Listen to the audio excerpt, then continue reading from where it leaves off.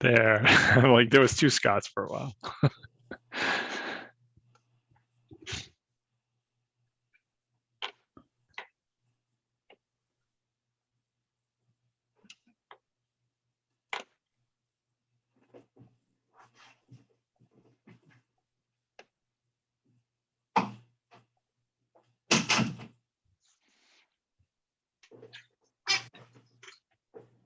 Hey, Jamie. Hello.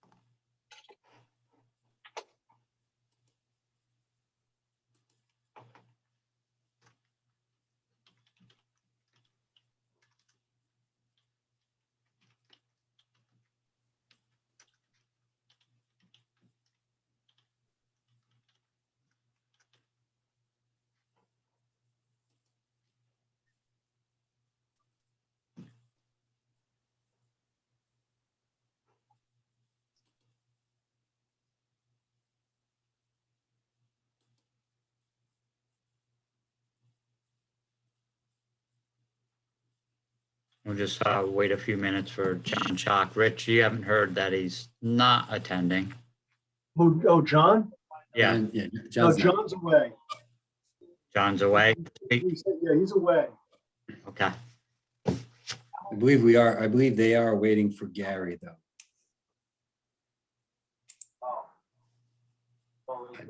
I know that John said he may or may not. He didn't know if he was going to tune in or not. So I would suggest we do not wait. Thanks, Rich.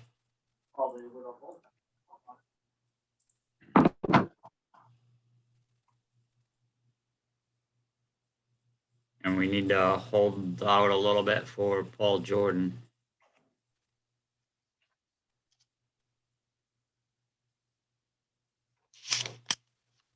I just messaged Gary. He is planning on attending. I talked to him this morning. So I'm just checking to see if he has any difficulties. Thank you, Scott. And we're waiting for Paul Jordan, our representative from the planning board.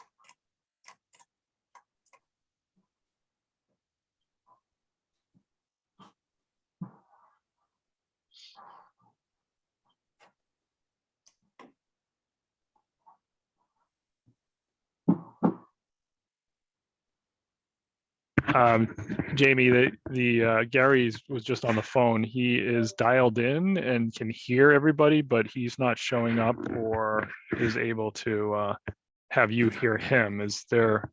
Scott, Has there is he 782-080 something or other? It's either could is David Martin from Freeman White is having the same issue. They're having trouble with their mic or video working. I have, as attendees, I have a 782-8020 caller. And then 3 other attendees, Bruce Rice, Carrie Brown, and Robert Kuchar. And Yeah. any of those, I'm not sure about the number, the 781. Let me check with Gary. or have Gary press, I believe it's *6, *9 to raise his hand. Star Jay. 9. Okay. Jay, the Bruce Rice is from my office and Robert Kuchar is from the State Fire Marshal's office. Oh, okay. Bring them in. Thank you, Chris.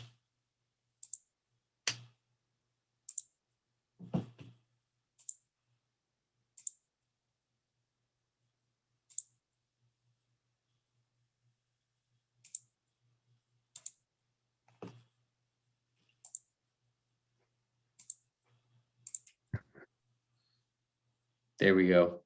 And if, Okay, you in? Hi, this is Gary. yep, hi Gary. Good. Okay, well, I guess I can hear everybody, but I can't see myself, and you can't see me, but I can see all you. I think David Martin is still having some mic and video issues. I don't see David Martin as an attendee or as a panelist. There's currently 16 participants with this meeting. Is Jennifer, are you on? I see your name. I am here. Okay. Yeah, David says he's raising his hand, but No.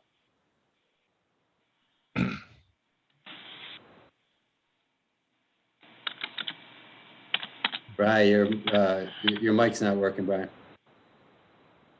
I can hear you through my wall, but that's about it. Now? Yes. We can hear you, Okay. Brian.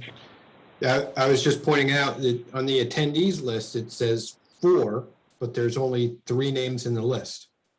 Right. And one of them is the 8020 number, which you've already let in.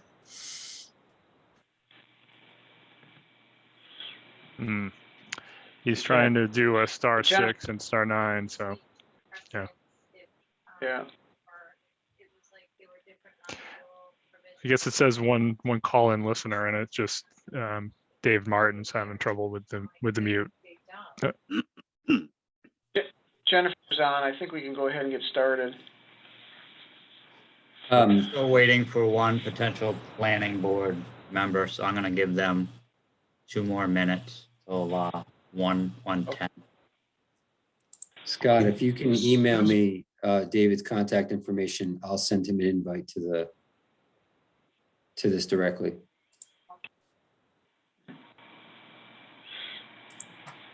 We do have another planning board member sitting in the attendees list if you want to make an emergency appointment, Jamie. We cannot do that, Brian. Okay, Susan or Maria?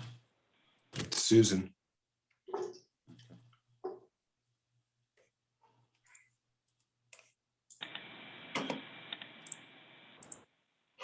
Jay, I just sent you David's email. Very good.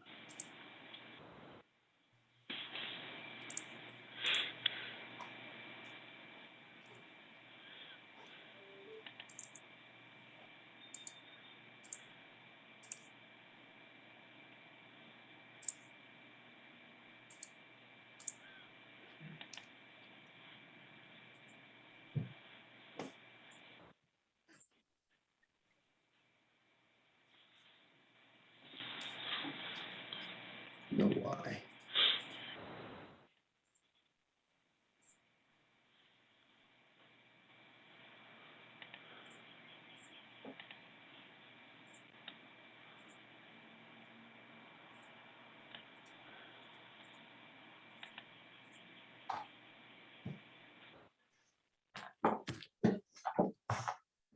It is weird though. I see 3 names in the attendees list, but then it says there are 4 attendees total. I don't understand that.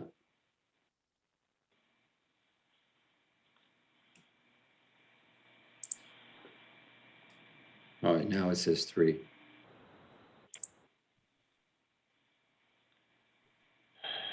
Back to 4.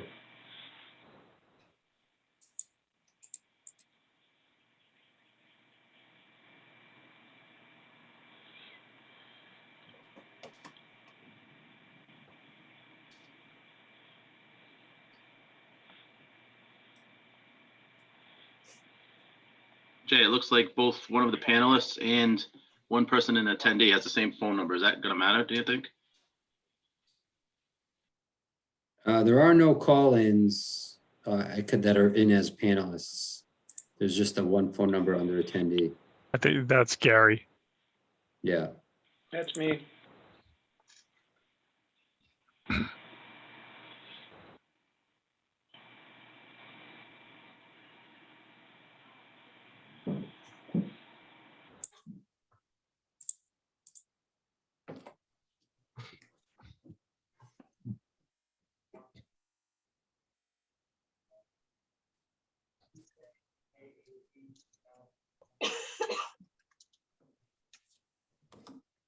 You're muted, Jamie. Thank you, Brian. Sorry about that, folks. I have 1:12 p.m. I would like to call the Technical Review Committee meeting to order Tuesday, May 18th, 2021, scheduled for 1 p.m. Our first agenda item is call to order. I'll take a roll. John Chalk. He is absent. Rich Bourbonnais. Present. Paul Jordan. Absent. Jamie Gorman. Present. Dave Flanders. Present. Jamie Rabbit. Present. And we also have Chris Henninger from Fire District joining us.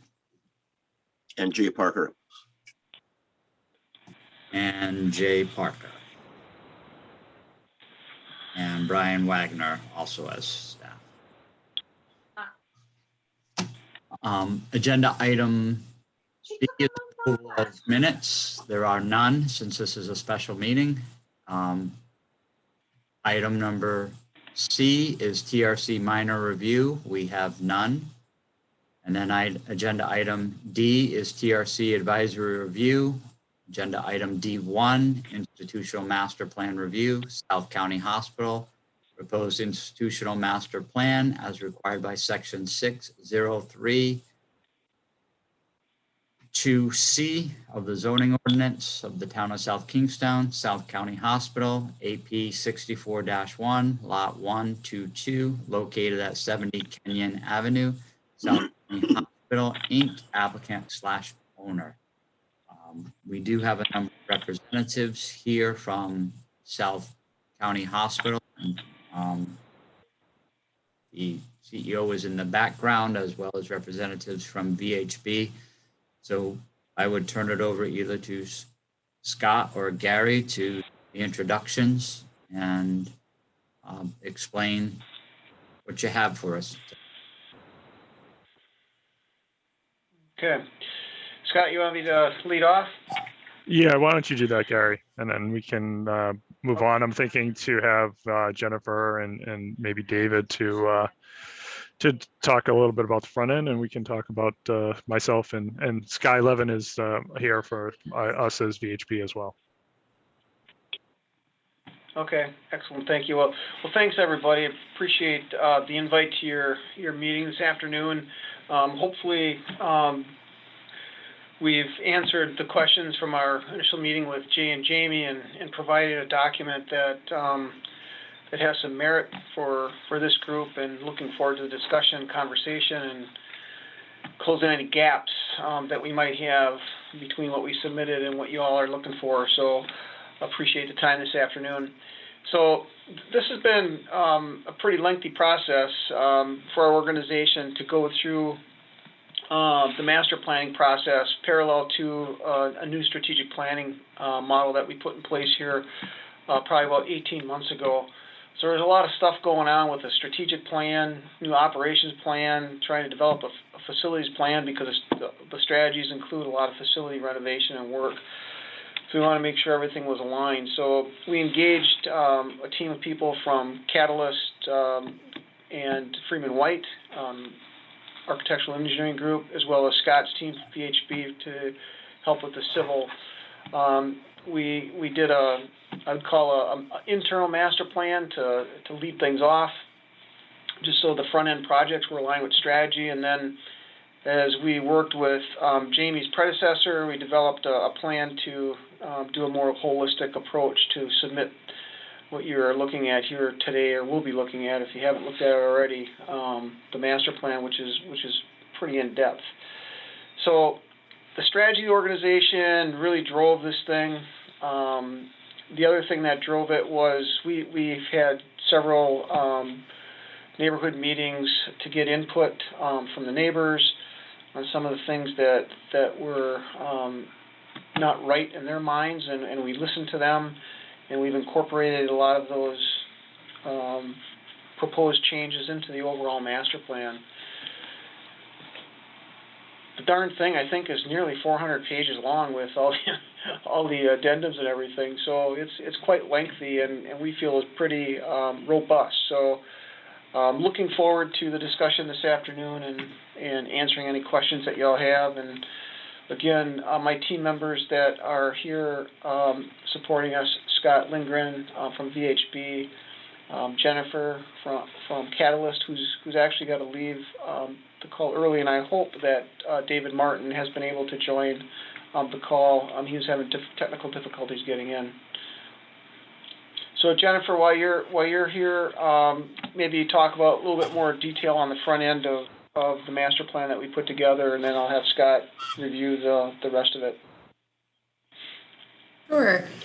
So in the master planning effort, we started to look at the market dynamics and understanding the volume, market share, shifting of market share, and those components and the operations within the hospital to understand where service lines were growing, changing, and where that gap between what the existing facility afforded them was between what they were going to need in the future. And we looked at it across both a 5 and a 10-year horizon. And so where we identified those gaps and where they needed additional facilities to accommodate projected volumes, we developed various options in order to address those through projects, through architectural and MEP projects associated with addressing needs, like if there was additional volume to substantiate another OR, or we looked at inpatient volumes to see if there was an additional need for inpatient volumes, things like that. And you go down the whole list of imaging, emergency department. We even look at ancillary services to make sure that there's no bottlenecks in throughput due to support services that are supporting all of those clinical spaces. And so from the conclusions, we came to that there were, generally speaking, across most of the house, there was adequate key planning units. So for example, there were adequate quantity of beds to support the 5-year horizon. There was a need for an additional OR to support the 5-year projected volumes. And so we've listed out the projects that address some of those needs in the 5-year goal. It's in section 4.0. And it starts with addressing those volume-based needs, which are associated with the OR. In order to do the OR, we need to shift endoscopy. So we've completed those projects. They will be completed this year, this month, in order to gain that capacity within the hospital. Other projects associated with this master plan are related to ambulatory services and aligning ambulatory services with the acute setting. So co-locating specific procedural-based ambulatory services adjacent to the hospital to create synergies between the providers moving from clinic space into their procedural areas and back and forth. And what that does is that enables people to work at a much higher utilization so that we get better services associated with the providers that we have. So you can see there are projects associated with enabling cardiovascular services and orthopedic services and other specialty services to relocate into the existing MOB adjacent to the hospital. And that's going to help support a higher utilization of our providers and our spaces.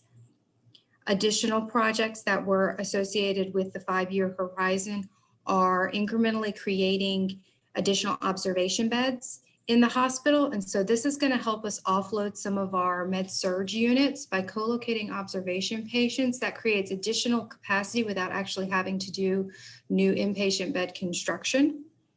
So we create an observation unit up on Borda 1, but also looking at right-sizing some spaces for certain patient populations, specifically the bariatric population. So we have existing rooms that are where bariatric patients are being provided care, but we need to upgrade those to meet current standards of care and environment.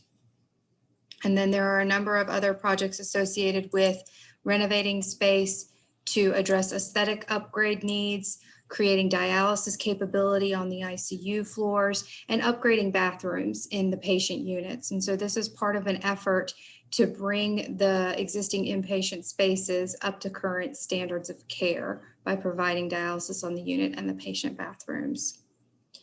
Additional projects that came out of the 5-year horizon in the master plan were to address the experience and helping with the wayfinding across the campus.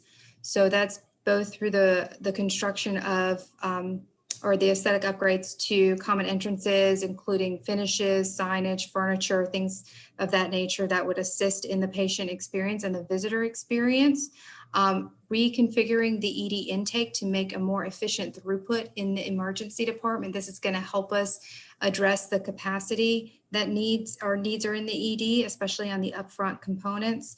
And then the parking expansion, which is going to help the overall campus in totality to provide not only the needed parking quantities, but parking in the right place for the services that the patients are there to receive.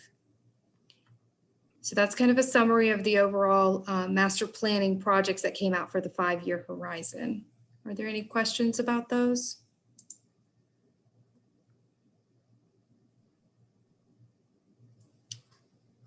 All right.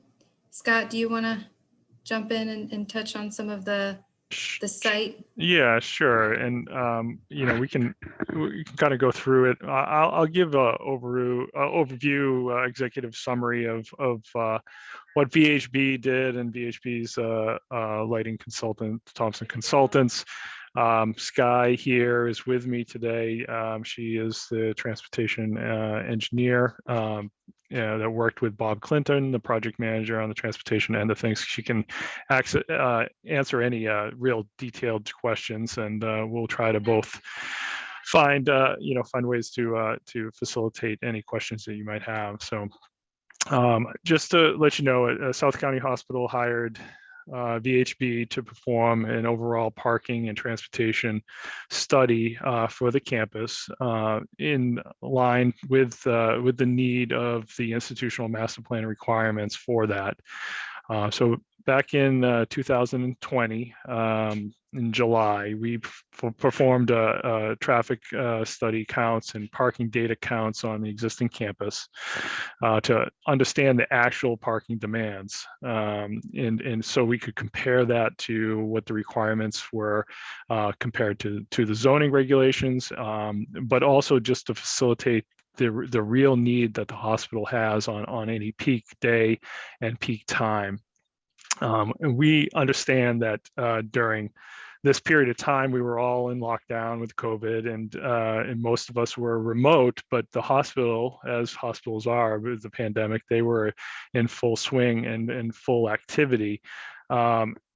Understanding this, as well as understanding that some of the traffic volumes on the adjacent streets and some of the study areas would have lesser public traffic We at VHB have been working all throughout our footprint up and down the East Coast to understand this. And we've been working with the Rhode Island Department of Transportation to understand what the difference was in terms of peak level volumes on the adjacent roadways. And it was found that conservatively that if we were to look at a 10% increase to what was seen on the adjacent roadways, that we would find that would equate to a typical peak level volumes in this area. Understandably, when we were doing the parking study, which is probably one of the big pieces to understand this, the hospital itself was at or around 90% capacity in terms of their services. They were still active. The doctors and nurses were still going to the hospital. They still were doing procedures, but we felt that taking a look at this and understanding that there was this roadway traffic volumes, that we accommodated that with a conservative measure of increasing the percentage of what was seen. So the parking study that we evaluated on a peak day, it ended up being a Wednesday during the middle of the day, around 10:30 a.m. That on August 5th, that we saw that the parking demand on campus was about 633 vehicles. Understandably, a lot of those vehicles were trying to find parking spaces that were in key locations, convenient locations, and that there were observations of people circling the lots trying to find closer spaces than the existing spaces that were, currently unoccupied in between the rows. And on the outskirts of the campus. Our existing parking count, when you go around the site and count how many parking spaces that are currently existing on the campus, that count came up to 790 spaces. And that includes estimations for both the the hospital leased areas that are in gravel parking lots that are currently leased by the hospital. So taking a look at that, there seemed to be an adequate supply of parking, though we found that it might not be in the exact ideal locations that that people would be looking at. And so we took a look at that as an existing condition, that we felt that there was supply there, but how could we improve that? Taking a look at what Jennifer had indicated in terms of looking at future demand and future growth, we projected a 10% annual growth rate for future parking demand on the campus, and that during the peak conditions at that time, we would be looking at a parking demand in the future of about 783 parking spaces, which is just below the threshold of what currently is there at 790. We're right at about a 97% capacity, and in a future projection into 2025 of what that would be. So understandably, there's growth at the hospital and there would be growth needs for the parking.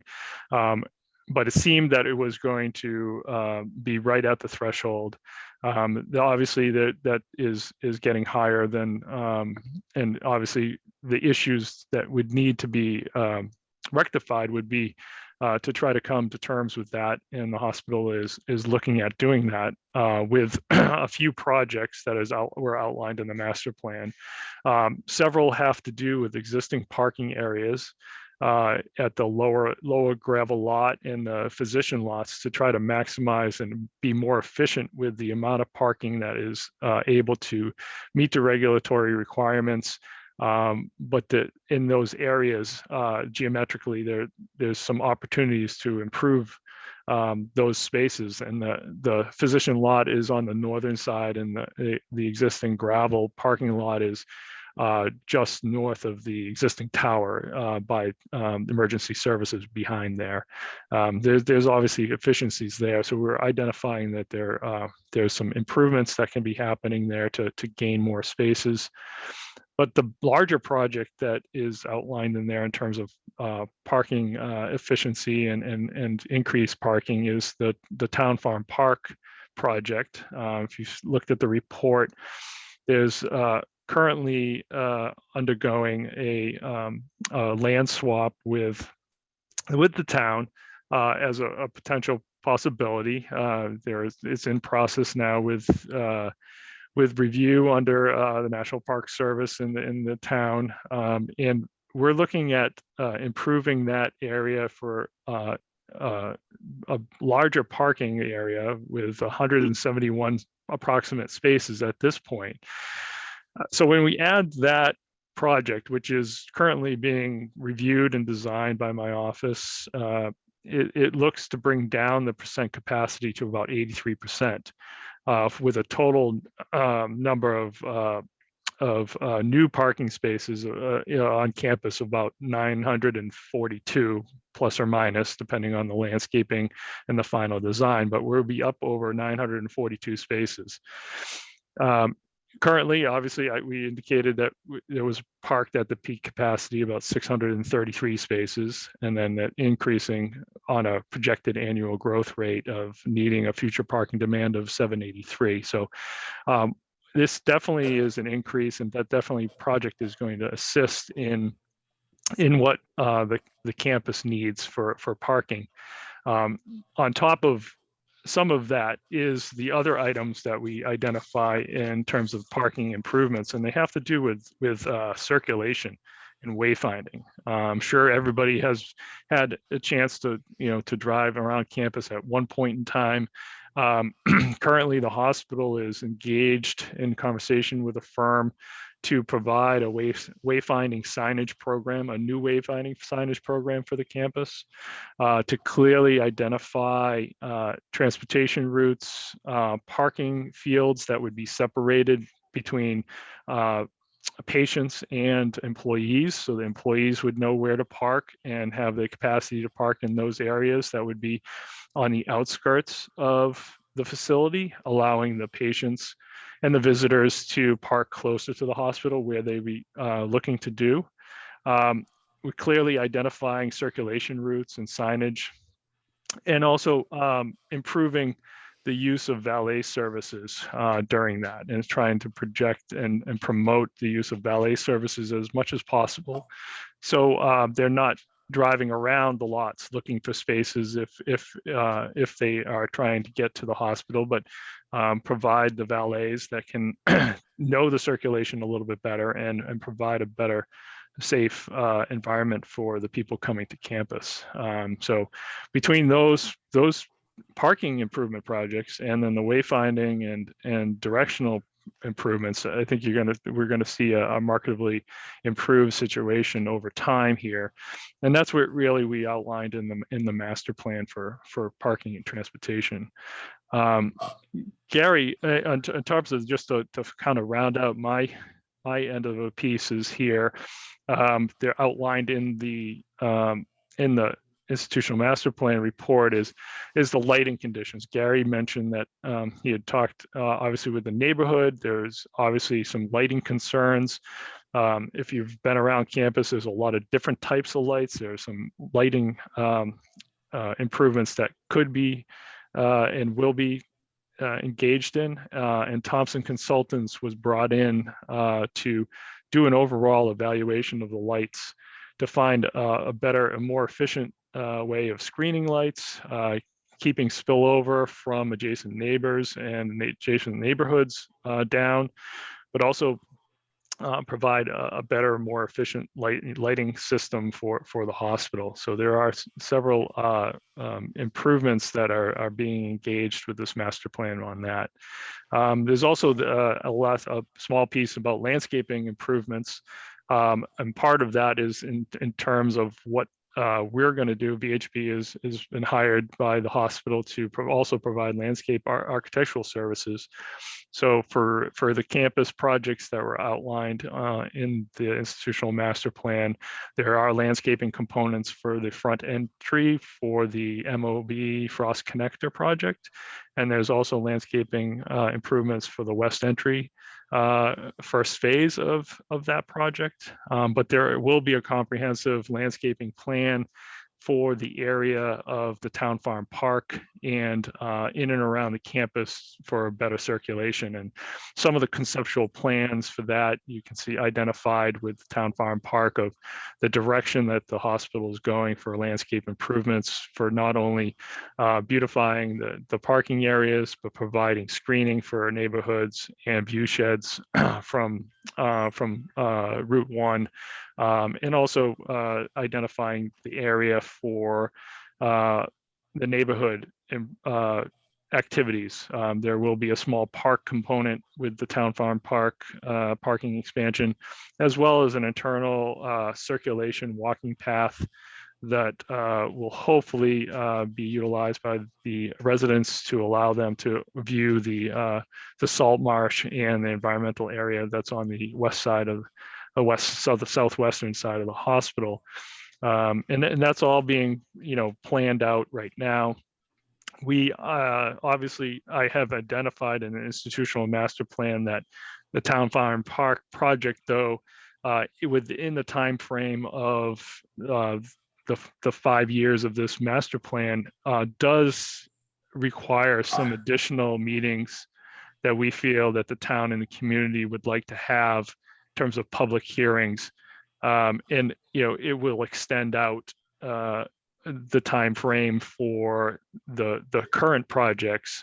So we've identified that we understand that that though we're outlining it in this institutional master plan, that the Town Farm Park project will end up being put forth as an amendment to this institutional master plan later on this year, when the town can have more public input, more public planning process with that project, because it's a large project that's impacting or providing some benefits to the neighborhoods and also the hospital.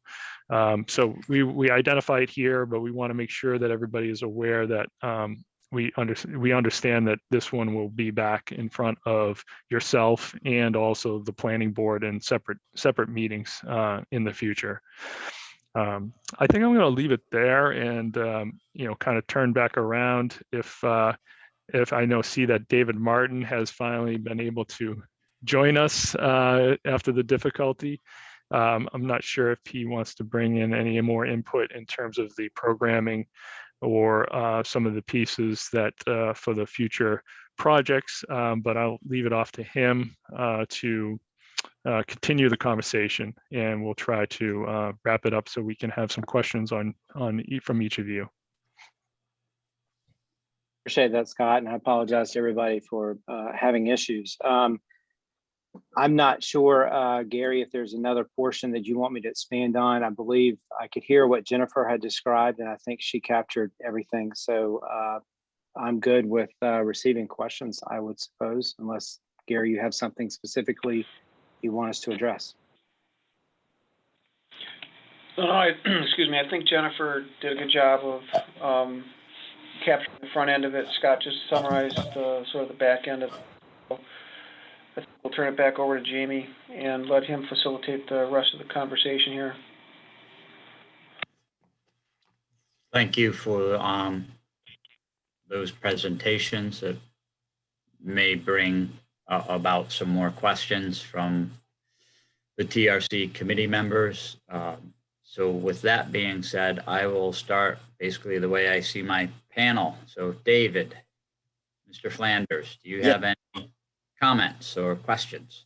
Well, I originally had a comment that in the text of the plan that we have, that there was no formal landscape plan. I do see where they're going with the overview looking down on what's now the park area. And as long as that gets followed through, and as long as we are going to have subsequent meetings, I don't see that as a real issue at this time.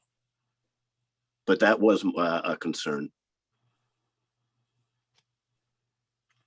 Yes, David, just to reiterate, we will have a full landscaping plan. It also will be part of the discussion, and also when that project gets forwarded to the building commission and engineering and review, it'll have a full landscape stamped plan at that time. Yeah, I got that. So that's good. That's fine. Yeah. So David, that's all you have right now for the moment? For now, yes, thank you. Okay. Jamie Gorman? Good evening. Yeah, well, so I had a question regarding 8.0. I think it's page 54, the proposed demolition. Yeah.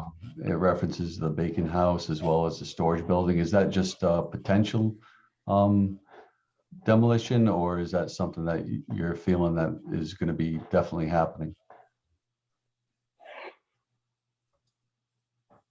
As it relates to those buildings, I would say, I'm trying to find what you were referring to in 8.0, but the shed or the outbuilding probably would be near term, I would say. The Bacon House, much longer term, I'd say, beyond the 5-year horizon. Again, we've talked about it, with the need for parking. I think a lot of that's going to be dependent on, this Town Farm Park proposal, and if the National Park Service actually approves this and we get this thing off the ground, then both those buildings could have the luxury of maybe sticking around a little bit longer. In the event we don't get an accepted plan or accepted land swap through the National Park Service, well then those two buildings probably come on our radar a little bit quicker. Yeah, no, I definitely agree. The parking is a significant portion of this, and yeah, that's pretty much it. I did have a question regarding the mobile dock relocation, which is outlined on one of the plans, which is where exactly is that going to be placed for the temporary part of construction? Yeah, we have a clinic in Westerly, and so it's just cost prohibitive to relocate it on this campus with all the work going on, and just we couldn't make any of the dominoes match up. So we're actually going to be moving it to Westerly Clinic, and we have not decided yet if we're going to move it back onto the campus or not. We think there's an opportunity for some market share gain in that market with cancer services overall. So we're going to see how it goes over the course of the next few months after it gets relocated. Okay, thank in our you. original thinking, sorry, Jamie. In our original thinking, we had thought that maybe a nice location would have been down on an off building on the northwest side, the radiation therapy building, and match that PET CT mobile dock onto that building. But again, things just didn't match up from a timing perspective, and we just can't pause the projects any further, and we need to make a decision to move it off site. So. Okay, appreciate it. Thank you. That's all I have, Jamie. Okay. Thank you, Jamie Gorman. Gary, just a quick follow-up, because that's new information. Wouldn't it be important to share that in your master plan? What would that be? Which one? The mobile dock? Yes. I think we outlined it. The relocation in the 5-year horizon to be relocated out to the Westerly Clinic.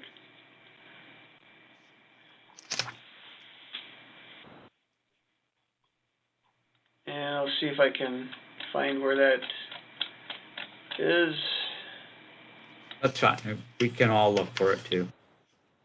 So, okay. There was a table of relocations that we inserted that included the relocation of primary care over to Woodruff, some additional specialty services up to Warwick Clinic, as well as the relocation of the mobile dock off this campus out to Westerly. So we can keep going. When I come across that table, I will. It's on page 5, but that sounds like it's a permanent relocation. And as far as our 5-year horizon, that very well may be. It very well may be, and if that would change, and again, I don't know where this would go on sites sitting here today to include it into any type of master planning. So in the 5-year horizon, set to be out at the Westerly Clinic. Okay. Understanding if that changes, we would have to use one of our addendums to come back to this group to review that.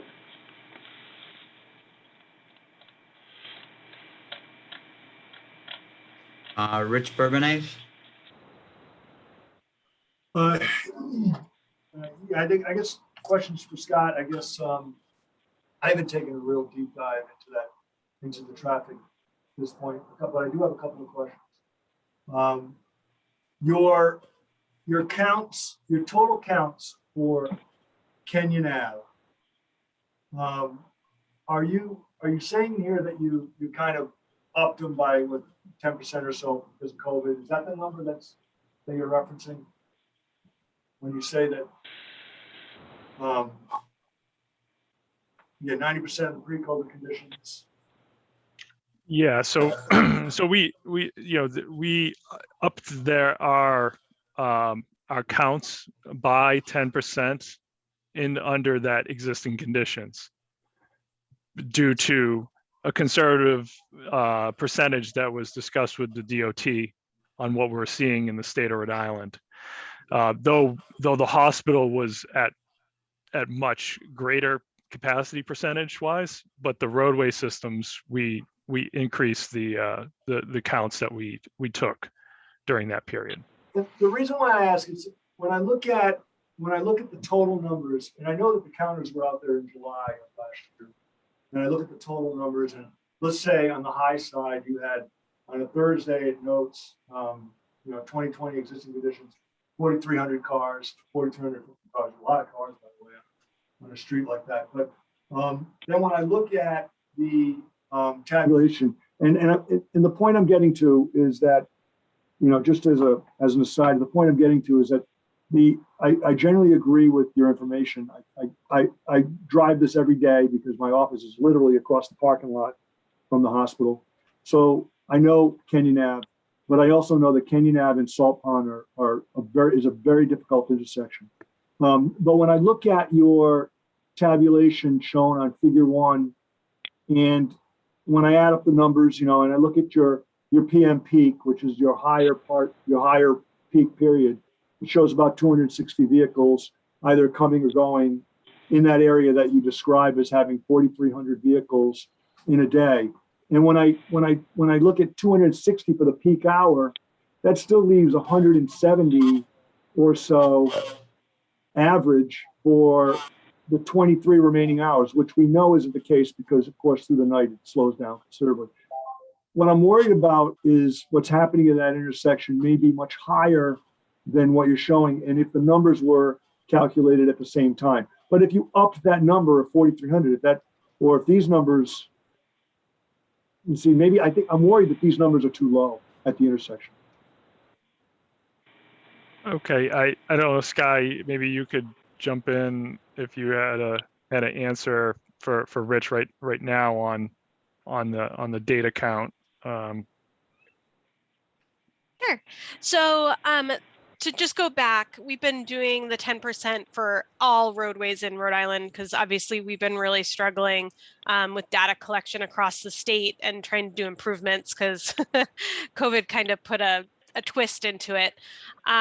So over the last little bit, working with DOT closely, we've been raising 10% across the board for all roads. And kind of like Scott had already previously said, that's because of the nature of this building and this project. It was still functioning a lot more like a normal day before COVID than maybe some of the other roads that we're looking at. So in general, it's a very conservative take.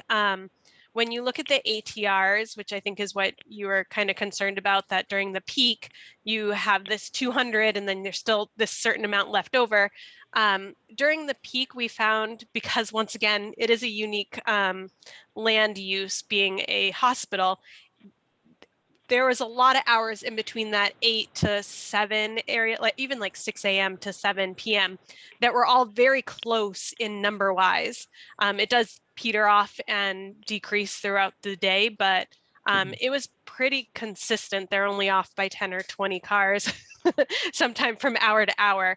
And like I said, it's just because a hospital is just a very ebb and flow. Well,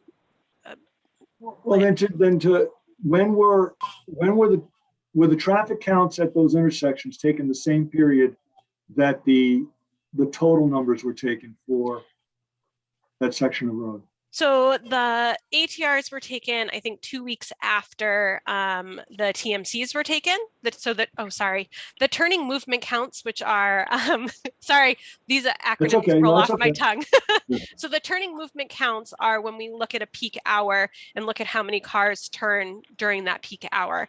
Yeah. An ATR, sorry, I'm just saying it for everyone's fun, the automatic traffic counts are 24 hours. So you're looking at every hour, half hour, and it's broken up into 15 minutes. And so that's how we can tabulate it. But the turning movement counts, the TMCs were taken in the beginning of July of 2020, and the ATRs were a few weeks later. It was mid-July. Okay. It just seems like they might be higher. And again, that intersection is what I worry about. And is it possible to include a subsection that just discusses accident data? If there is any for that, if there are any accidents, particularly in that Salt Pond, Kenyon Ave intersection. The problem, and of course, if you guys have been out there, you know that the incline of that hill coming down, I mean, it is really not good. People are flying up to the intersection, and what they do is they put their blinker on long before they're going to get on the highway. Yes. And it almost seems as though they're turning into Kenyon when they're really going straight through the intersection. Yep. So I would just love to be able to see improvements to that intersection if they're necessary over time. It really is a problem. I'd like to see accident data. So Sky, I'm not sure whether we didn't obviously have the accident or found or has showed any accident data on there, but Rich, I think we could review that again and maybe see if there's a safety issue. Again, maybe it's signage, maybe it's some sort of way to improve that, what you're saying about people coming down Salt Pond Road and just not using their directional correctly. It'd be nice to make a case. It's really the DPS director would have to get involved in the conversation, but I think that intersection needs a stop sign, for three-way stop sign. But that's an easy fix. It really needs to. John needs to be involved in that conversation. But I just think there's some issues there. Anyways, that's all I really have. I mean, I haven't really gotten too deep into the numbers, so I understand what you're saying, Sky, and it helps resolve it a little bit for me. As long as the numbers were taken at the same time is what I was concerned about. I mean, yeah, a few weeks apart from each other, but Perfect. Same time. Perfect. I was going to say with the safety too, the nice part about Kenyon Ave is it is slightly slower. So I can, I know we've worked, Rich, before together on safety projects in South Kingston. Route 1, right?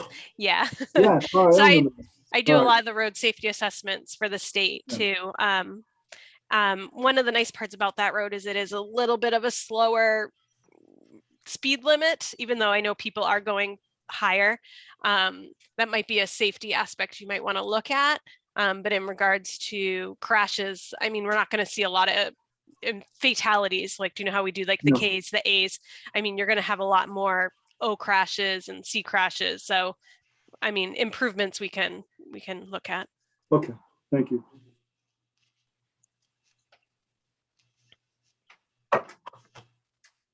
So what, anything else, Rich, for the moment?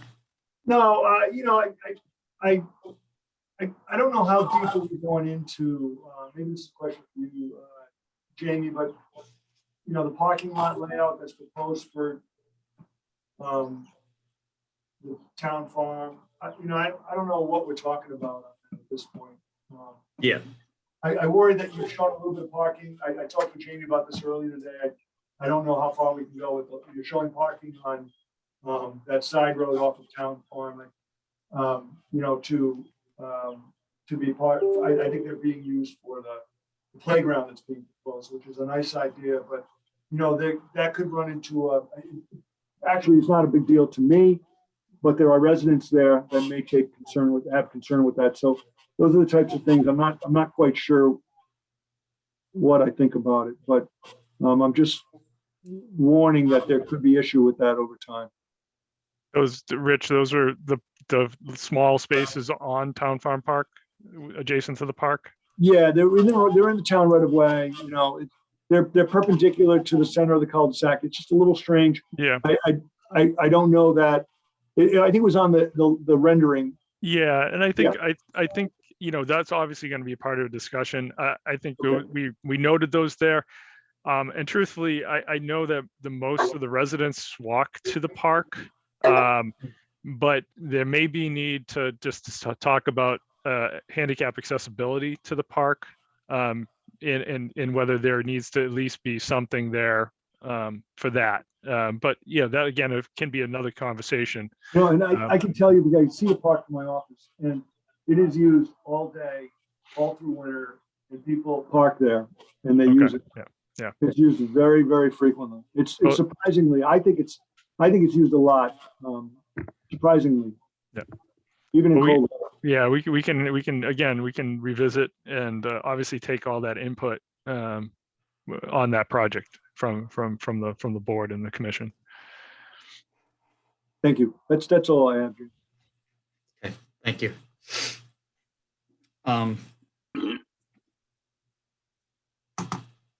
I still see, sorry, Chris, you moved in my palette of people here. Do you have any quick questions, Chris? No, I don't think so. We already met with these folks, and we already talked about fire department access, and we have a whole layout of how they're going to do their parking plan so that we do have access to the building. We also talked about access inside to access the panels once they get going on the medical office building. So I think we're good for right now. Thanks, Jamie. Okay, thank you, Chris. So I think that leaves me for the moment. And again, to Rich's point, I don't necessarily want to dive too deep today. I do think maybe there'll be a discussion of whether this gets tabled for another month or revisions are made and it moves on to the planning board. But some of the comments that I have really relate to two aspects. How data is portrayed within the document, and then how data needs to be interpreted. The first for me involves the discussion on parking and how expansions or reconfigurations affects parking. And I think the difficulty that I have is you really have to read a 393-page document to kind of figure out what's going on. There's discussion in the document that the parking analysis was done in July, yet the counts were done in August. So you either did a parking lot analysis in July and August, or you did it in July, or you did it in August, because you're pretty adamant that the counts were done on August 5th, but your document relates parking lot analysis in July. So it's either occurred over a couple of months or not. couple of questions, maybe Scott, and I'm gonna throw them out kind of rapid fire, and if you can try and keep track of them. And again, I think it's a longer discussion, and whether it's at TRC or in front of the planning board. You talked about existing capacity on site. You talk about your needs, and then you that correlates to the need for town farm happening at the park and that land swap. And then you talk about the 170 spaces that are referenced in your concept plan. But we recognize that the concept plan does not comply with zoning. So there's something less than 170. If I add up the 170 or 71, I think it's 171 spaces you reference, and I add that to your counts, the numbers don't necessarily add up. 790 existing spaces plus 171 new, that equals 961. And your discussion talks about 942. I don't know if there's a loss of 20 plus or minus in your reconfiguration or tie into town farm. But if that can be clarified in the document. Mm-hmm. There is some obviously pluses and minuses as we're kind of working through that in terms of it meeting zoning. We talked about maybe the landscape island. We're kind of working through that. We're also looking at the overall improvements. So you know, those were projected, the numbers that were in the narrative, and in terms of what we're anticipating the end number to be. And it's just trying to follow the numbers, understanding there's a lot of moving parts in the numbers, but if you do the math, the numbers don't add up, and it doesn't have a discussion on why they may not add up. You just verbally stated why, that, you know, and understanding there are some moving pieces. Looking at your background parking information, you made statements today that your parking analysis and your traffic counts you're fairly confident in because the hospital was at full capacity in the summer of 2020, yet the master plan discusses capacity levels from FY 2018 and FY 2019. And if to me, you're making statements that the traffic counts and the parking counts correlate to full capacity within the hospital of 2020, someone must know what the capacity number is.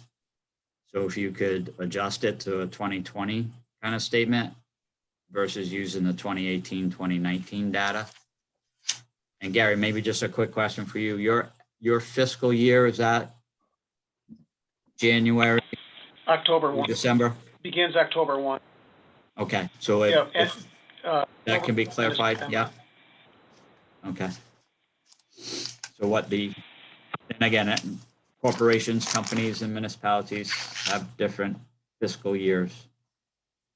And Scott and both Gary, we realize that this is a master plan approval. From the master plan approval, you get to go to zoning and build projects. There are two aspects of this master plan you pointed out in today's presentation that need additional work. One is the lighting plan, which you reference in your master plan, that there are a number of deficiencies and issues, or how would we quantify those, but there is no means to the end. I don't know when you're planning to address that. Is that a 0 to 5 years, or is that part of the MOB expansion process in probably the next 12 months? So I'd like the lighting plan. Right. So we had identified that the item for in terms of short terms would be the ones that were being implemented. And the long-term items are, the recommendations that are outside of being implemented during this period. So if we need to clarify that statement under that section, we can, but that Yeah, is so- as the intent in terms of each of the short-term items is within the period of this report. So you're gonna correct deficiencies in lightings and impact in the neighborhoods within a 5-year program. So your short term in the lighting section on page 21 is 0 to 5 years. And then the major deficiencies, you're not gonna even tackle for 6 or 6, that's a 6 to 10 year focus. I mean, that the intent is that we identified the ones that were going to be within this 5-year period, and things that were not in the 5-year period. I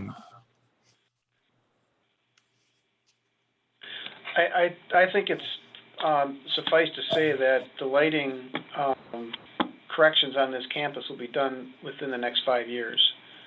And we can clean that up, Scott, and clarify that. But it's, number one, there's not that much lighting to begin with. It's just all of it is not correct. So we can create a schedule and get that done. But what we're waiting on and sort of allowing to drive this is Town Farm Park. And so that's, that was going to be sort of the kickoff of getting this plan up and moving. And again, not knowing when that is, we haven't specified that date. So, but we can take a crack at that. I'm okay with that, Scott, and we can clean that up a little bit. Yeah, so Gary, just my mindset is that as, lighting, you've identified, I think you did a really nice job identifying issues on your campus. There's probably some low-hanging fruit that to me is almost a 6 to 12-month program.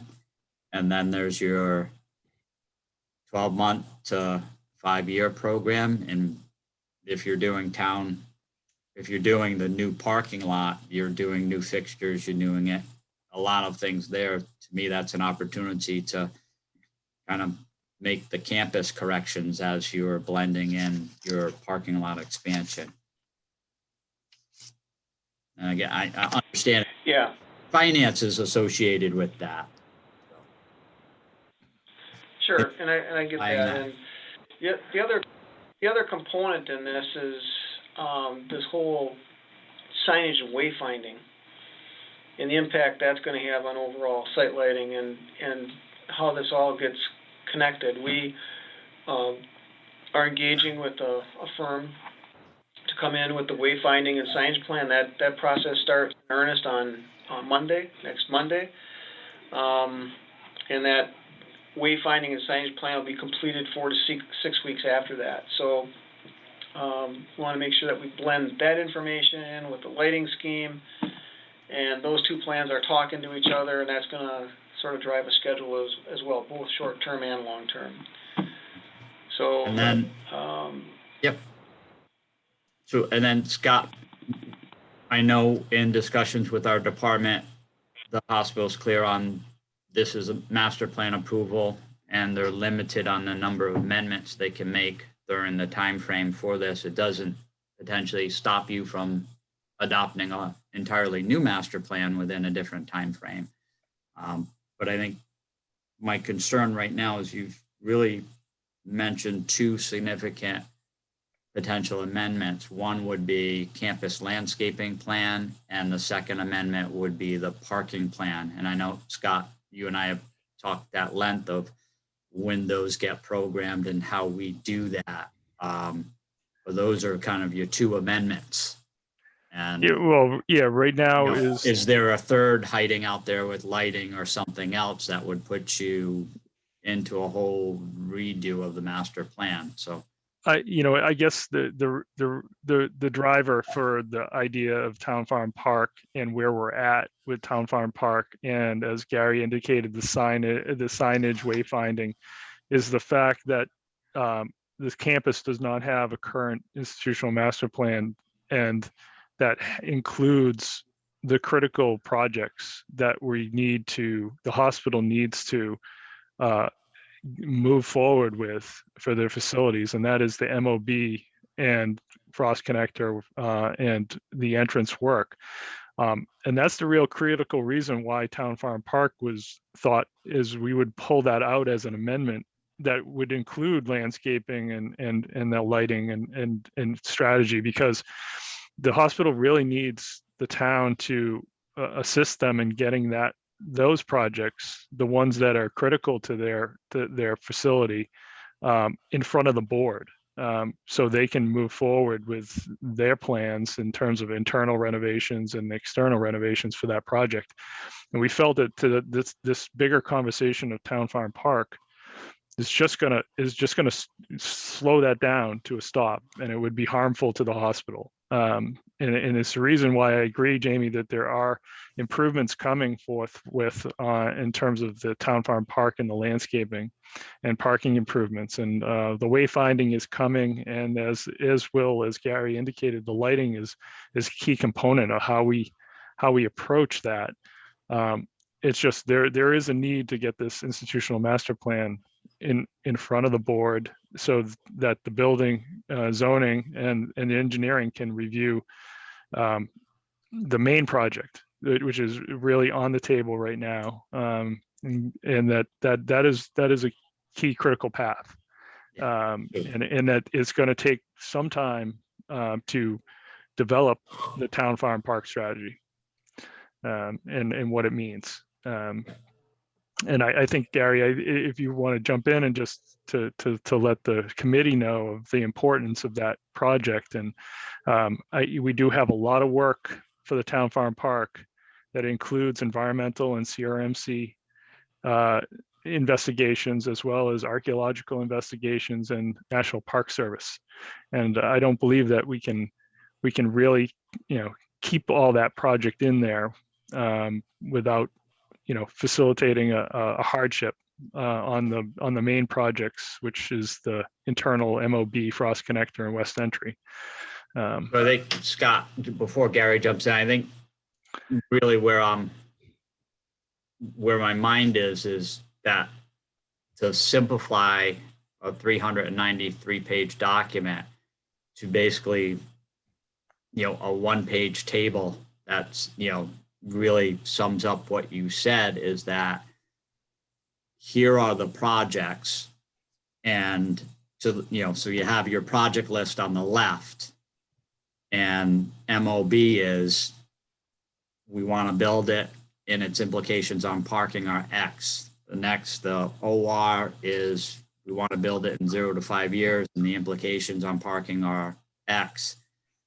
We have the next expansion, which requires us to do a expansion of our parking lot, but the critical path there is an amendment to the master plan that TRC is reviewing and the planning board will be contemplating. Mm-hmm.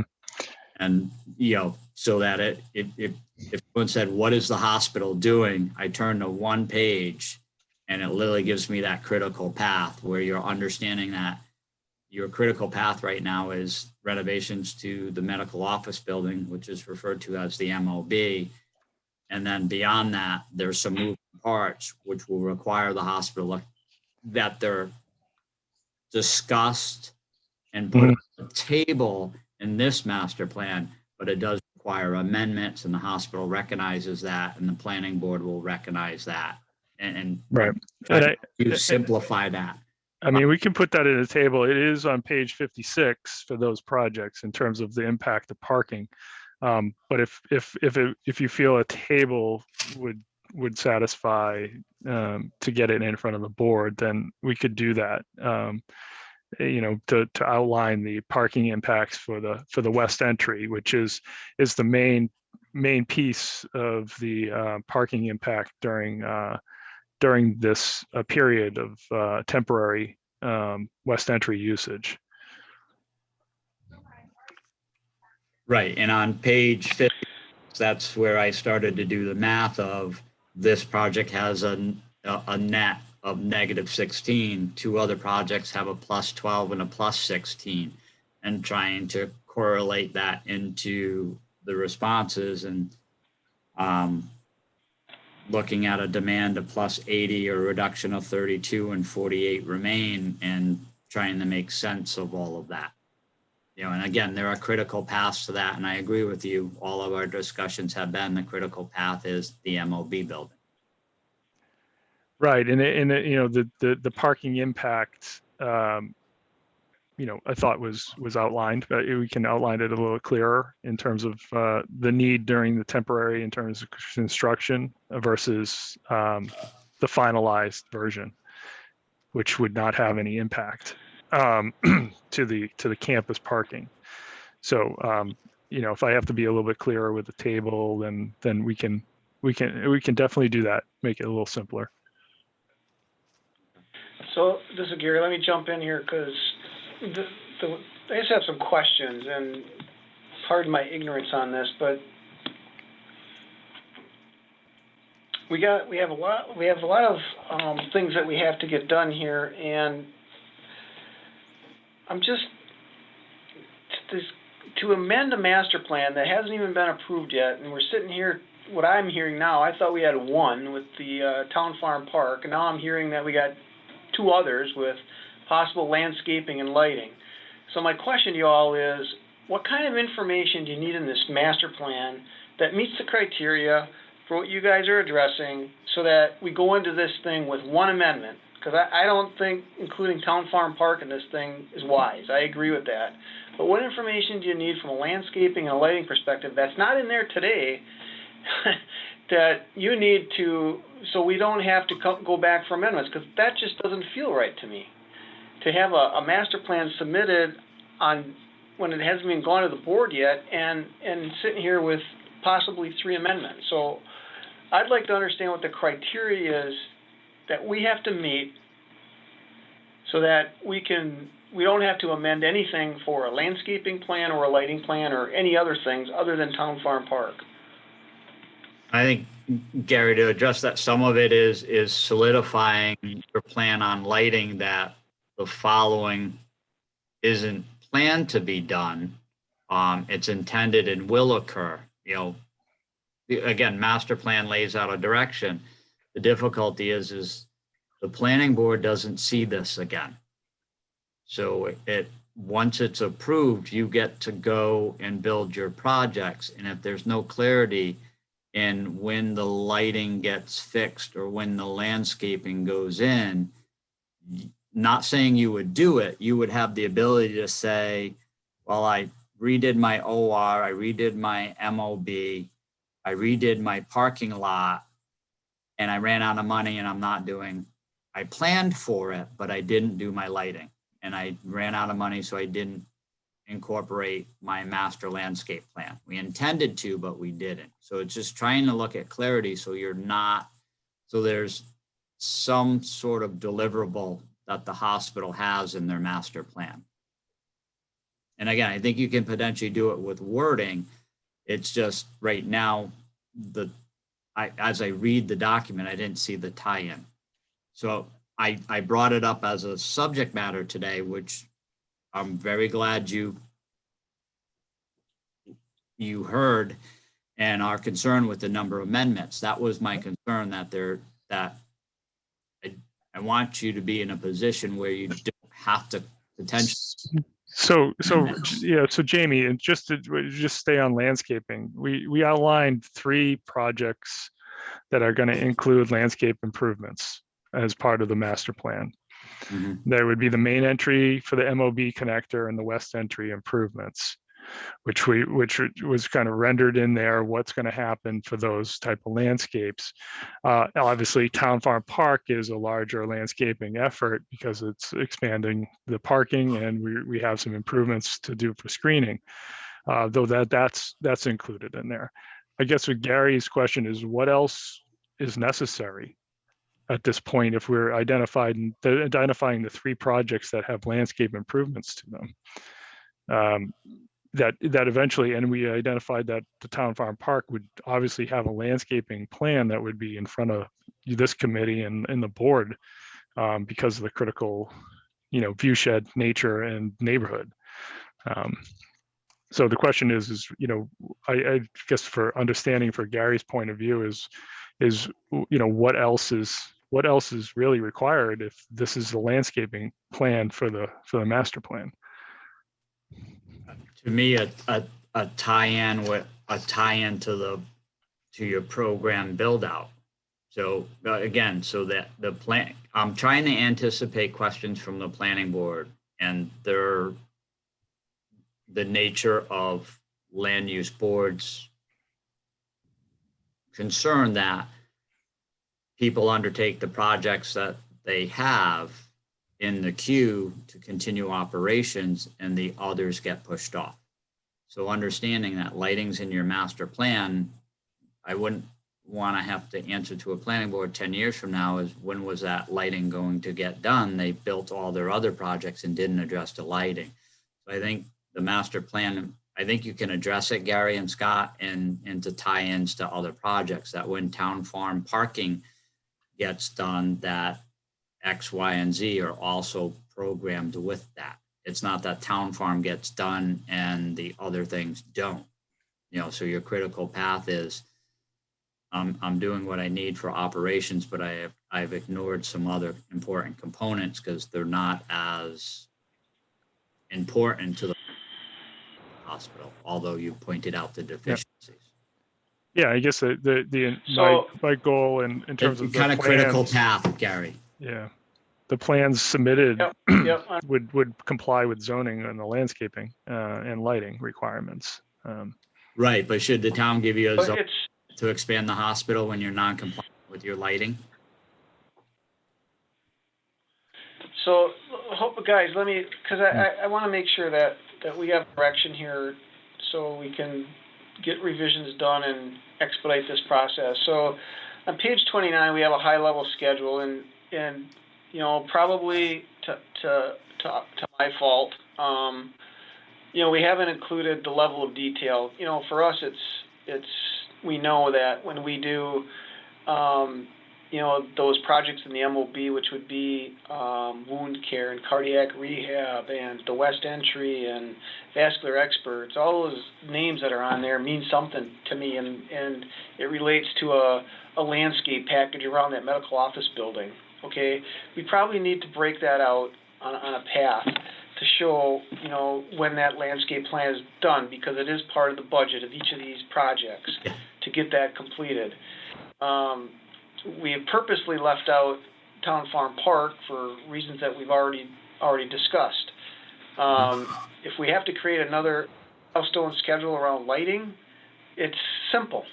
It's simple to do. It's probably enough lighting around here to do it over the next 3 years, and be done with it, and show that schedule, and the fact that it's part of our strategic capital budgeting plan. So I think those are, if I understand things correctly, it's a level of detail that I didn't think was required at the master plan. So you can all blame it on me. I didn't think it was required at the master plan level to provide that level of detail. I thought that would come in the next round of approvals when that kind of detail was there. But if it's required at this level, then let's put it in, because the information's there. There's been a lot of work done here to get to the level of detail, and the fact that we're not putting it into the master plan, is a fault, is what I'm hearing. And so let's put it in and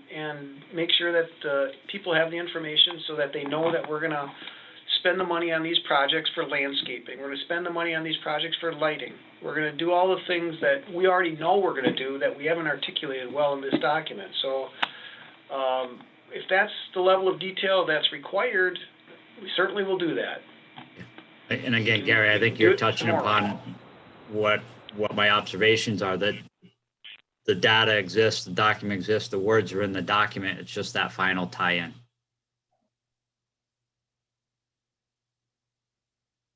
Because again, Got it. so they approve this, Yep. they do not Thank see it again.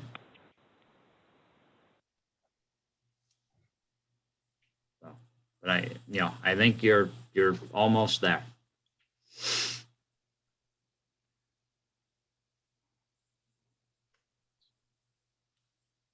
So I'll just go quickly one, if Jamie, based on discussion, any additional comments?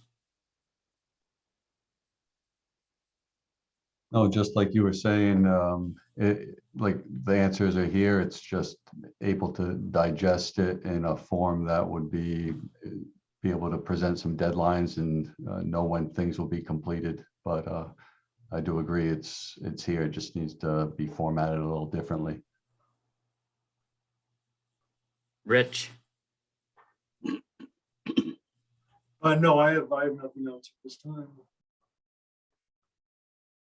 David? Just that I think you're correct that the planning board, that's going to be one of their first questions is, well, what about the landscape and why isn't this articulated? And I think that's where it's going to end up. Chris, I'm assuming the conversation didn't affect fire safety? Nope, not at all. Thank you. Thank you. Jay or Brian, as staff to the planning board, anything to add?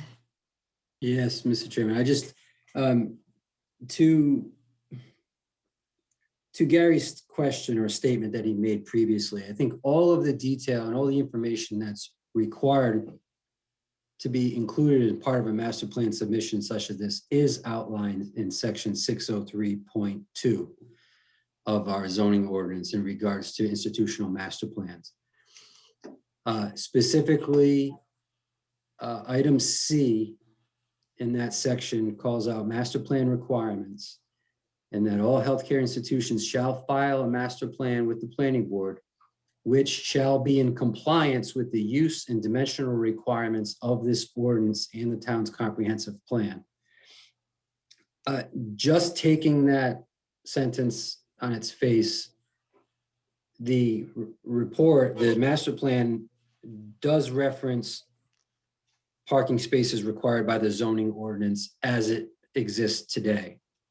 But then later on in the document, it does not refer back to those. I think we've touched on this already, but it also doesn't contemplate the number of spaces required by the ordinance with the completion of the proposed improvements is either. And I think there's some effort that needs to be made to get in line with the requirements of the ordinance, which is all referenced in section 603.2, including parking, landscaping requirements, loading spaces, lighting, to that extent. And it does need to be presented in a manner. I think, what we've said all along was that the information, there's a lot of information here, and the pertinent information that comes out of it needs to be portrayed in a manner that's easy for the planning board to understand, to help facilitate the tracking of this in a timely manner. But I think that is going to be inherently important going forward. I know you guys did a ton of work in the parking analysis and the traffic, and recognizing the needs of the hospital, the perceived needs of the hospital based on the hospital's potential demand. But there's the other aspect of the town requirements and the town code that need to be addressed. They somehow, one way or another. Jay and Jamie, just a quick question in terms of just where we're going, just knowing in terms of compliance. Where are we going to sit when we cannot be in compliance? Dimensional compliance for this is specifically because we've got an existing site that is constrained, and we're trying to represent here is the real need of the hospital versus the zoning hospital, specifically on parking. We have landscaping, obviously, is a dimensional requirement. So I just to put it on the table here is, where do you feel the board is going to stand when there is a non-compliance issue based on the institutional master plan historically? Yeah, and I think that's the question, but I think there's got to be some recognition of existing non-conforming at some point in time, and then the expansion of that, Scott, and the hospital is doing everything in their power to comply with a modern code on a historic building that didn't have those type of provisions and parameters. So, you know, it's a hard question to answer for the planning board, but I understand what you're asking us to try and answer is that the zoning code, in essence, as Jay pointed out, contemplates as if this was being built as a brand new building from scratch on a site that has yet to be developed, right? And if you were building this today, here's what your requirements are from parking. And I think you're doing a good job about showing the need versus the quantified aspect of the zoning regulations. But that's something ultimately the planning board has to deal with. You are presenting the best information you have, short of, you know, building a 3-story parking garage to comply with zoning, and then explaining to the planning board that even if you built it, you would have 300 empty spaces, right? Because your needs don't align with the zoning code. So the discussion you're on is a good discussion. I would continue along that path because, as you've mentioned, you don't have a way to comply other than structured parking. Right? But again, we can only point out and assist you on a path. We cannot speak for the planning board in their interpretation of that section. But again, I think the discussion and path you're on is a good discussion and path. You know, your only way out of that regulatory aspect is either to acquire more land or go vertical. And in discussions, vertical based on scope is not an option at this time.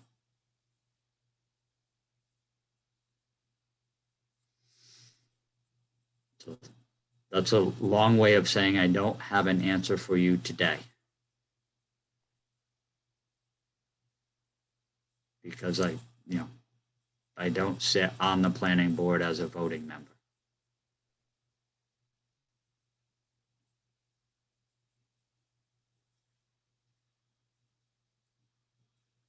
But if you quantify anything you're expanding or anything you're doing, any expansion plans contemplates compliance with zoning requirements from this date forward.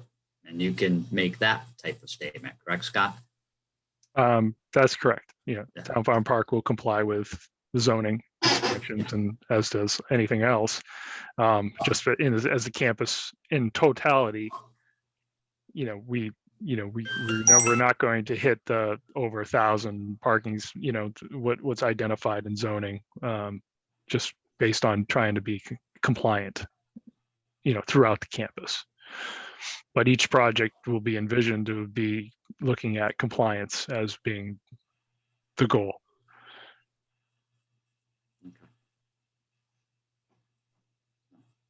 May I ask one more question along the lines of expansion? But do you anticipate increases in sewer, water, other services?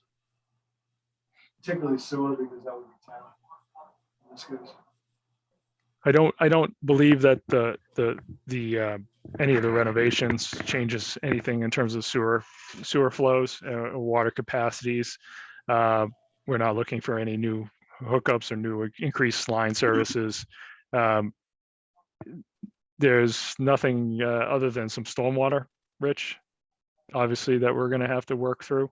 Yeah, well, the stormwater, yeah, and that'll be really CRMC is going to care more. Yeah. But I don't know if it's possible at this point, but to make note of potential, maybe increases in sewer use would be nice to know at this point. Okay. And I'm just trying to put on, John's not here, John Schock, he would be more, more concerned with that. But it'd be nice to see some sort of discussion about that. I can't see that's going to be any more.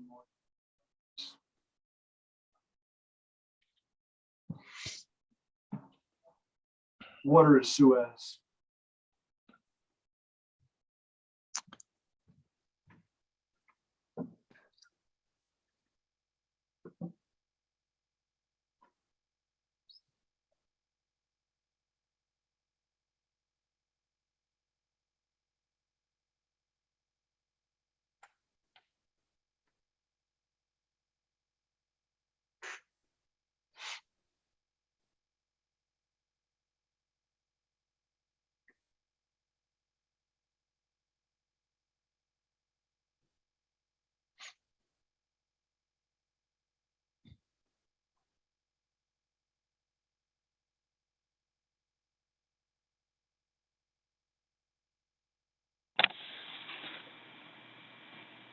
So what are the next steps?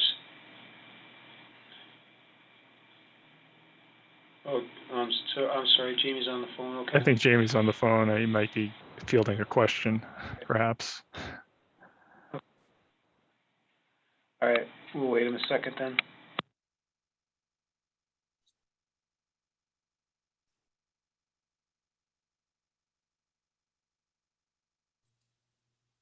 Sorry about that. So next steps are amongst the members, we have to make a determination of whether there's a comfort level of moving this forward to the planning board, with an understanding that there are a number of items that will be addressed by the applicant as it relates to solidifying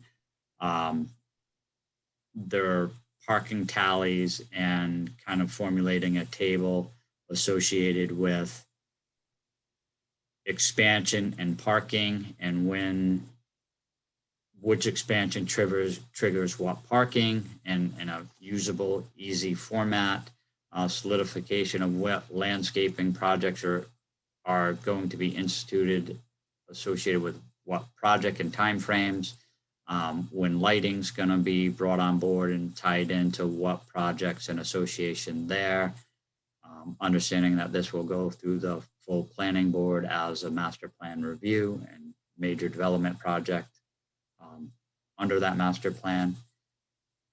So, but prior to that, we do have two planning board members who are in the audience, and we do have one who has their hand raised, who just, I know it's been past practice of TRC to allow planning board members to make brief comments in a non-prejudicial manner, because they are and will be sitting on an application before them associated with master plan review. So we do have Maria Mack and Susan Axelrod in attendance.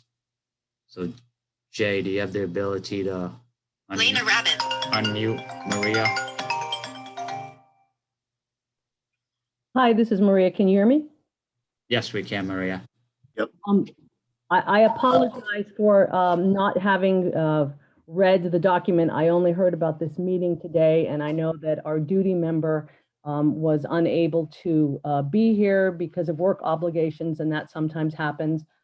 Just wanted to state that I appreciate the work that's gone into every application that comes before us, and certainly it's very helpful to hear from Jamie and from Jay's perspective of things. As a veteran of the board, I have been through a couple of master plans for South County Hospital and updates to that effect. So again, just wanted to apologize for not having had the opportunity to read any of the information, as I only found out about this meeting today, but thank you everyone for being here. Okay, thank you, Maria. We do have Rich, David, Jamie Gorman. Is there any comfort from the TRC? I think a lot of our comments tonight are really format and the delivery of the information as it relates to the report and less technical in nature. It's really how the message is delivered and stated. So is there any comfort level on the TRC members of moving this along to the planning board? Or is there a mindset that you would like to see some revisions and have it back before you? I'll ask Rich.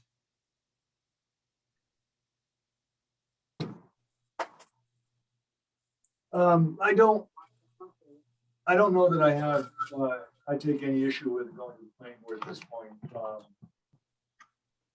I think there's a lot of information in this document. Maybe I do a little bit because I think there's just so much here that I haven't really absorbed it all, but I can go either way on it, Jamie, frankly. Jamie Gorman? I'm comfortable with moving it along to the planning board, provided, you know, the items addressed that you touched on, Jamie, were cleared up, defined, parking, timelines, things of that nature for the phasing. David? Yeah, if those revisions are made, I don't think we need to see it again.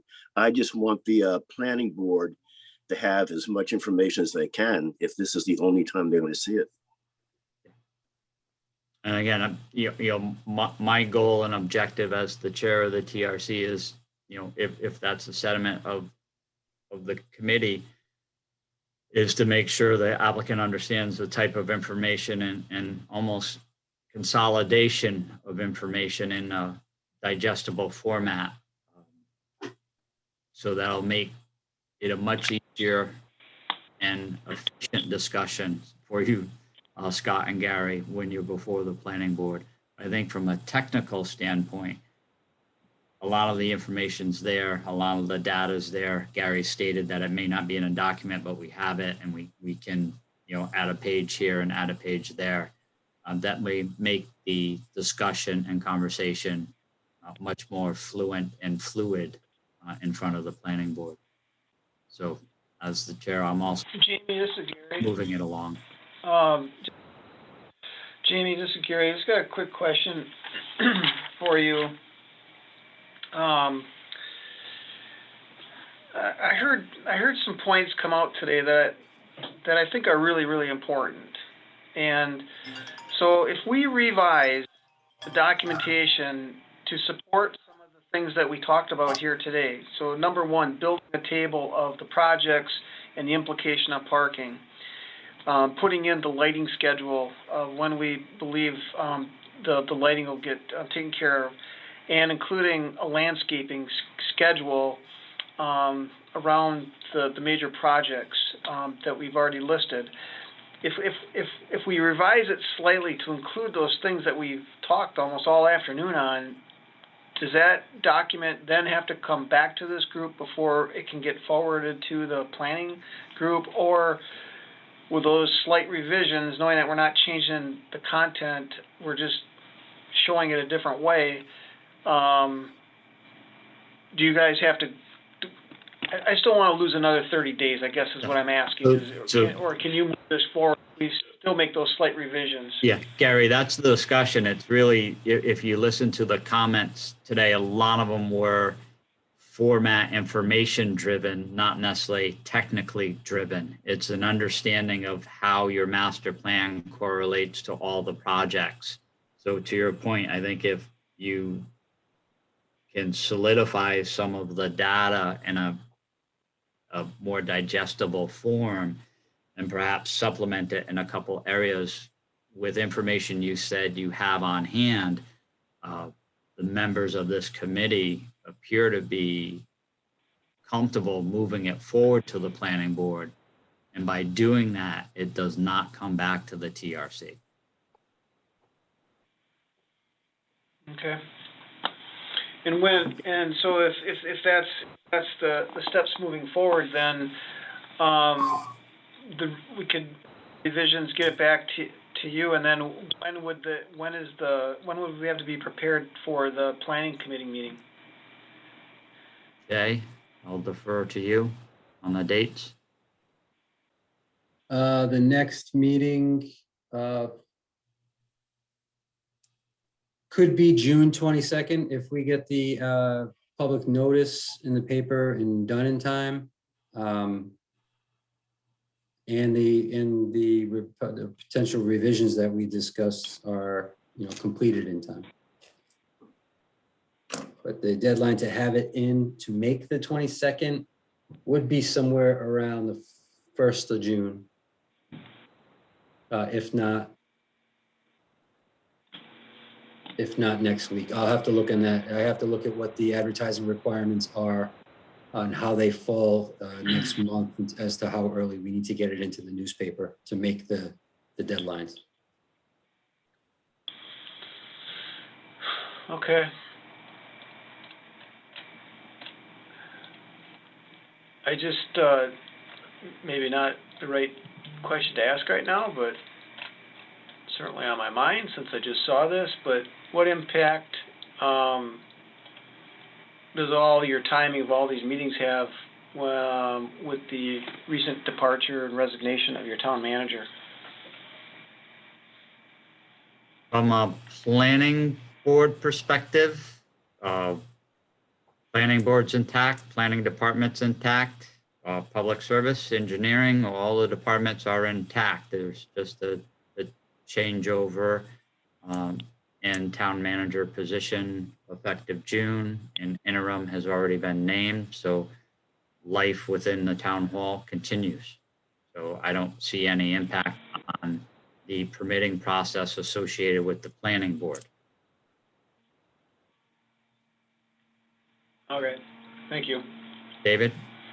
Yeah, I had one question. If the planning board feels that they need more information or in a slightly different form, can they table it for a next meeting? I mean, you said they only get to see it once, but No, does that count for? David, just for clarity, they run it through the regulatory timeframes that Rhode Island state law lays out and our ordinances lay out.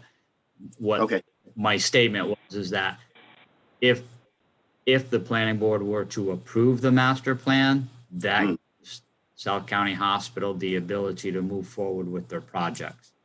Got it. Because they are now included in the master plan. Okay. Okay. So it's, the planning board can take their regulatory timeframe to review. Once they take final action on it, the hospital can move forward on their projects. Okay.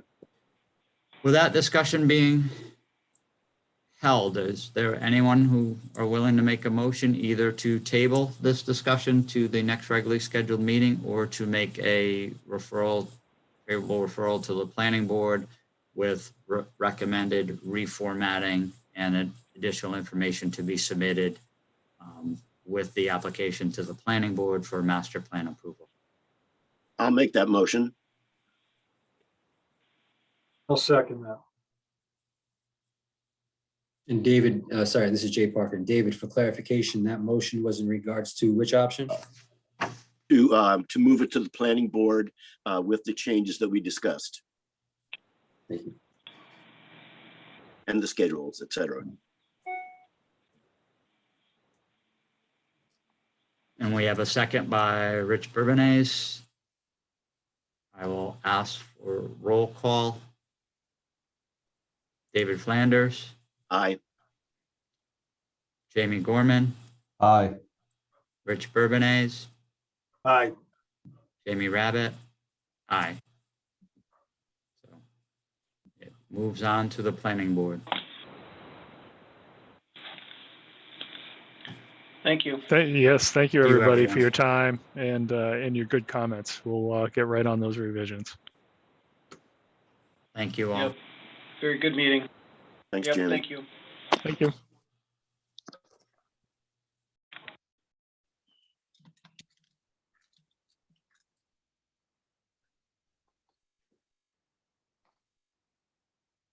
Do we have to adjourn the meeting or anything? I guess the meeting is adjourned. It isn't actually adjourned until Jamie says so, I think we lost him, so. All right, Motion to adjourn? So moved. See you guys later. See you See later. ya.